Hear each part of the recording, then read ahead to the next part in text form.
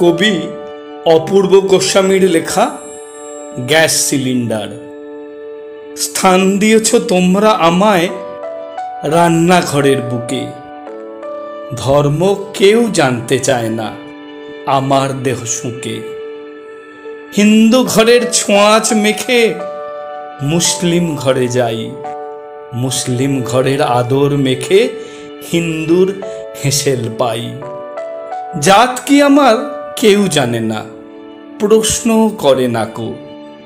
ভারতবর্ষে আমি হলাম সব ধর্মের সাঁকো।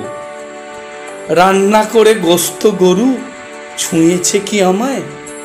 হিন্দু ঘরে এই প্রশ্নে কেউ না মাথা ঘামায়।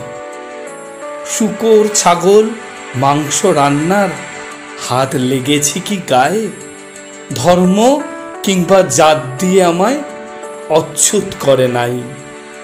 বিচিত্র আমার জন্মভূমি, তবুও আমার বেলা খেলে না কেউ আমায় নিয়ে জাত ধর্মের খেলা। আমার দেহে স্ফুলিঙ্গ ঠাসা, ভয় কি সবার তাতে?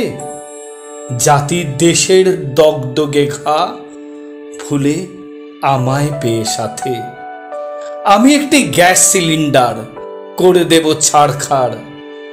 ধর্ম কিন্তু যার যার যেন, আমি কিন্তু সব্বার।